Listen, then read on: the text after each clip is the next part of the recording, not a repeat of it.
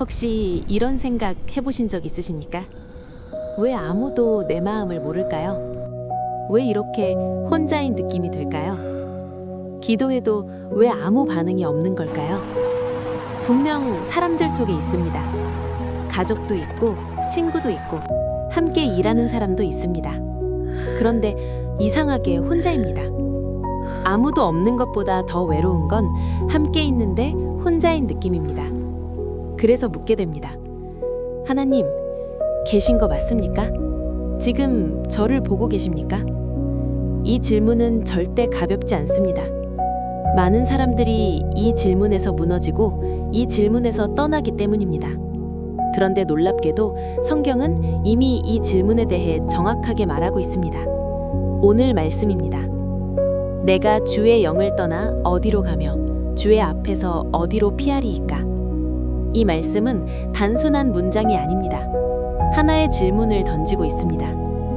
왜 우리는 하나님이 없는 것처럼 느껴질까요? 분명 성경은 말합니다.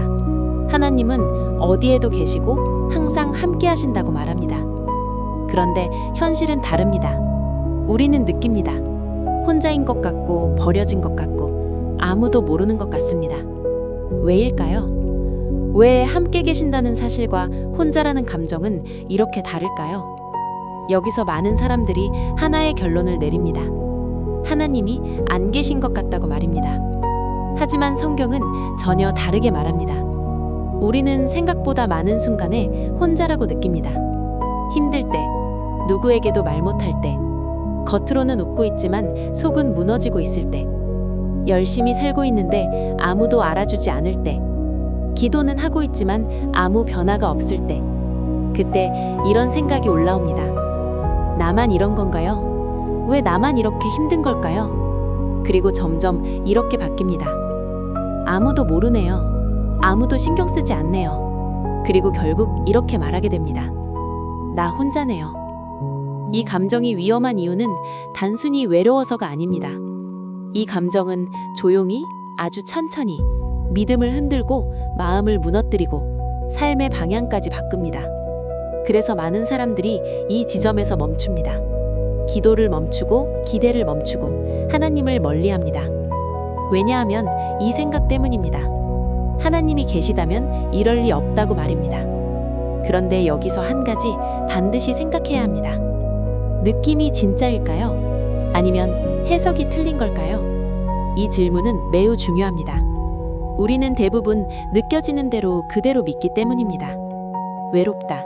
그래서 혼자다. 힘들다. 그래서 버려졌다. 조용하다. 그래서 하나님이 없다. 이렇게 바로 결론을 내립니다. 하지만 성경은 말합니다. 느낌이 아니라 사실이 기준이라고 말입니다. 그리고 오늘 말씀은 그 사실을 말합니다. 하나님이 없는 것이 아니라 우리가 느끼지 못하는 것입니다. 이 말씀을 기록한 사람은 다윗입니다. 다윗은 항상 강한 사람이 아니었습니다. 왕이었지만 도망자였고 선택받았지만 외로움 속에 있던 사람이었습니다. 그는 많은 순간 혼자였습니다. 사람에게 쫓기고 자신을 죽이려는 사람들에게 숨으며 살았습니다. 그 상황 속에서 다윗의 감정은 우리와 크게 다르지 않았습니다.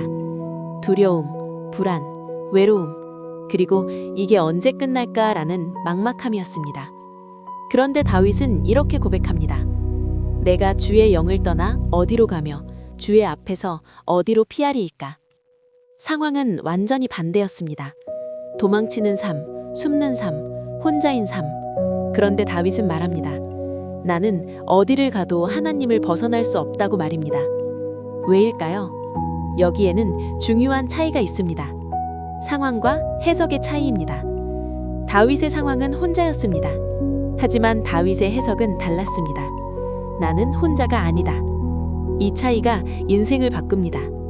우리는 보통 이렇게 해석합니다. 아무도 없다. 그래서 혼자다. 응답이 없다. 그래서 하나님이 없다. 상황이 힘들다. 그래서 버려졌다. 하지만 다윗은 다릅니다. 아무도 없어도 하나님은 계십니다. 조용해도 하나님은 듣고 계십니다. 힘들어도 하나님은 함께 하십니다. 이것이 기준의 차이입니다. 그래서 질문합니다. 지금 당신은 무엇을 기준으로 해석하고 계십니까? 느낌입니까? 상황입니까? 아니면 하나님의 말씀입니까? 많은 사람들이 묻습니다. 왜 하나님은 느껴지지 않을까요? 왜 아무 반응이 없는 것 같을까요? 이 질문은 정말 중요합니다. 이 지점에서 많은 사람들이 무너지기 때문입니다. 성경은 말합니다. 하나님은 사라지신 것이 아니라 다른 방식으로 일하고 계신다고 말입니다. 우리는 보여야 믿고 들려야 안심합니다. 하지만 하나님은 항상 그렇게 일하지 않으십니다. 때로는 보이지 않는 방식으로 가장 깊게 일하십니다. 씨앗을 생각해 보십시오. 씨앗은 땅에 묻히면 아무 일도 없는 것처럼 보입니다. 조용합니다. 변화도 없습니다. 하지만 그 안에서는 뿌리가 자라고 있고 생명이 움직이고 있고 변화가 시작되고 있습니다. 겉으로는 아무것도 없어 보이지만 가장 중요한 일이 일어나고 있습니다. 신앙도 같습니다. 기도해도 변화가 없을 때, 아무 일도 없는 것 같을 때, 그때가 오히려 가장 깊은 변화가 시작되는 순간일 수 있습니다. 하나님이 침묵하시는 것이 아니라 우리가 보지 못하는 것입니다. 그래서 지금 혼자라고 느끼는 감정, 완전히 틀린 것은 아닙니다. 외로운 것도 맞고 힘든 것도 맞습니다. 하지만 그 해석은 틀릴 수 있습니다. 혼자가 아닙니다. 버려진 것이 아닙니다. 지금 당신의 상황은 하나님이 없는 상태가 아니라 보이지 않는 상태일 수 있습니다. 여기서 인생이 갈립니다. 보이지 않는다고 포기하는 사람, 보이지 않아도 믿는 사람. 우리는 기도할 때 이렇게 생각합니다. 이제 바뀌겠지, 이제 해결되겠지. 하지만 현실은 다릅니다. 아무 일도 없는 것 같고 시간만 흐르는 것 같고 그대로입니다. 그래서 묻게 됩니다.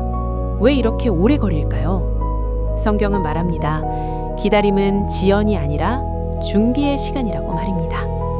우리는 결과를 원하지만 하나님은 상태를 보십니다. 결과보다 사람을, 상황보다 중심을 먼저 만드십니다. 다윗도 오랜 시간을 기다렸습니다.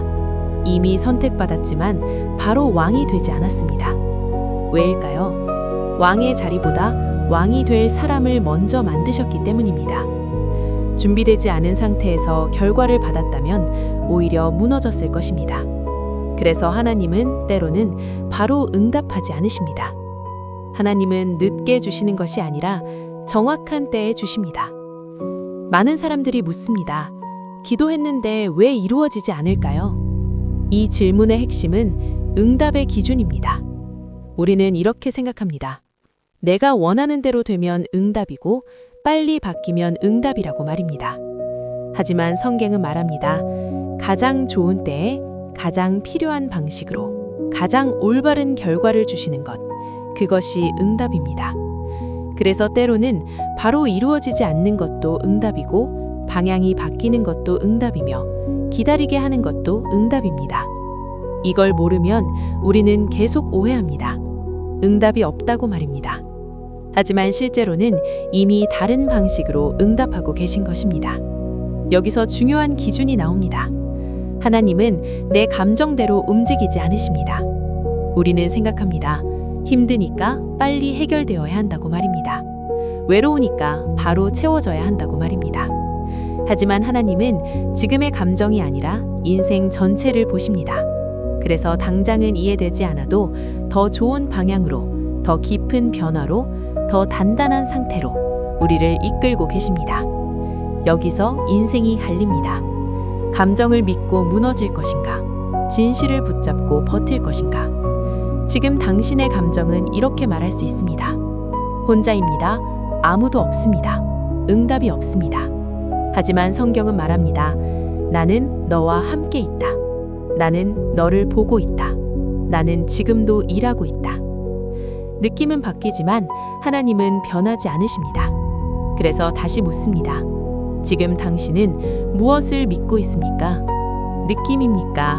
상황입니까? 아니면 하나님의 말씀입니까?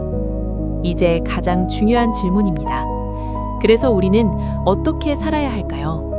혼자라고 느껴질 때 해야 할 선택은 하나입니다. 느낌이 아니라 기준을 바꾸는 것입니다. 우리는 지금까지 이렇게 살아왔습니다.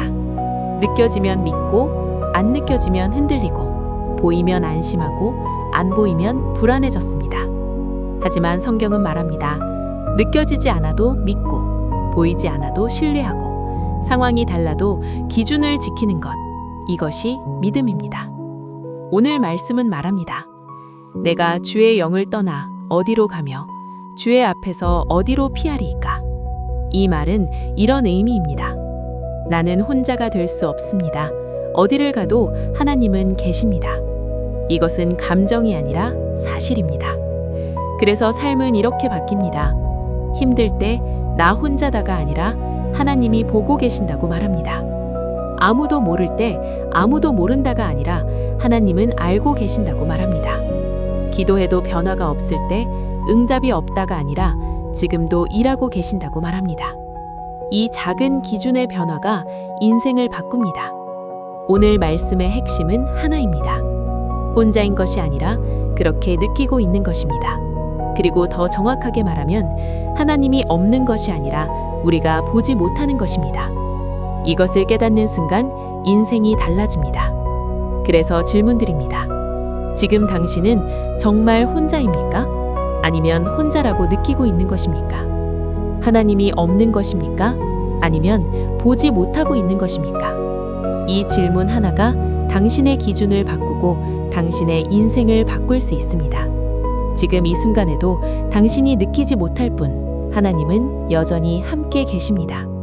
당신이 울 때도, 당신이 버틸 때도, 아무 말도 하지 못할 때도 하나님은 이미 알고 계십니다. 그리고 지금도 당신을 보고 계십니다. 이 영상이 당신에게 작은 기준이 되었다면 구독과 좋아요로 함께 해주시기 바랍니다. 마지막으로 이 질문을 남깁니다. 당신은 지금 무엇을 기준으로 살고 계십니까? 감정입니까? 상황입니까? 아니면 하나님의 말씀입니까?